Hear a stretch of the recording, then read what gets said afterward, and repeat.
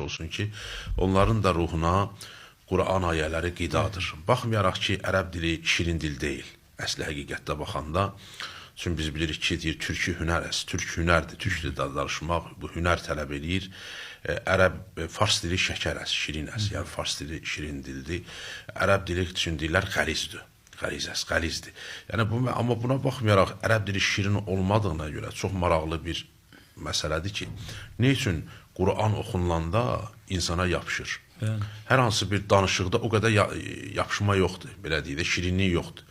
Amma sırf Quran oxunanda... Bədəvi ərəblərin danışıqına baxanda deyirsən, bu nə danışır? Yəni, heç də şirin gəlmir, belə zövq vermir də adama. Amma maraqlıdır ki, Quran dili fərqlidir. Quran dili, bəli, fərqlidir. Bunun da fərqli olması ondan ibarətdir ki, yəni bu Allahın vəhyi olduğu üçün, Allahın, belə deyək də, Allah nəfəsi var məcazi mənada, yəni Allahın vəhyi olduğu üçün bu insanlarda müsbət təsir qoyur. Yoxsa ədəbiyyat dilində baxanda baxıb bilir ki, məsələn, müəyyən dillər var, məsələn, fars dilində bizim şairlərimiz yazıb, və yaxud da türkçədə Füzuli, 3 dilin üçündə də yazıb, həm türkçə, həm ərəbcə, həm farsça. Amma buna baxmayaraq, Quranda elə bir ahəng var ki, Quran insanın ruhani hissəsində Quran müsbət təsir qoyur. Bu da qeyd elədiyimiz ki, burada ilahi bir ahəng olduğu üçün, ilahi bir nəfəs olduğu üçün. Və klinikada da oxuyurlar, təsəvvürümüzə gətiririk Quranı və insanda müsbət təsir qoyur. Bu niyə müsbət təsir qoyur? Bunu da alimlər araşdırıblar, baxıb görüblər ki, suyun yaddaşı olduğuna görə, suyun yaddaşı var və bir Yapon alimi gəldi suda suyun yaddaşının olmağını tapdı və biz qədimdən eşitmişik, hətta dua kitablarında da var ki, uşaq xəstələnən zaman Quran surəsini oxuyun suya, üfürün, Fatihəni 7 dəfə və ilaxır verin uşağa, uşaq şəfa tapar.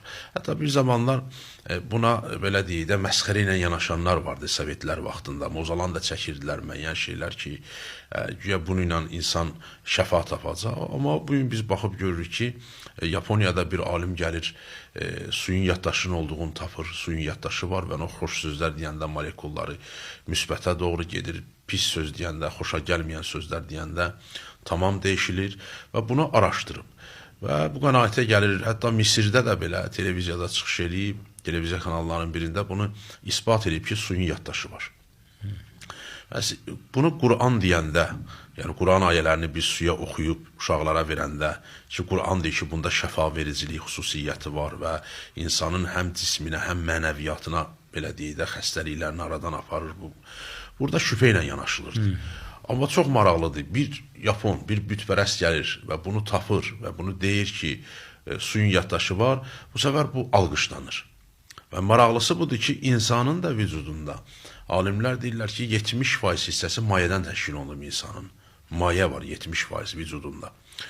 Və biz bilirik ki, insan da Quran səsi eşidəndə, Quranın sovtunu eşidəndə və əzan səsi gələndə bu insanın ruhunu yaxşı mənada dəyişir.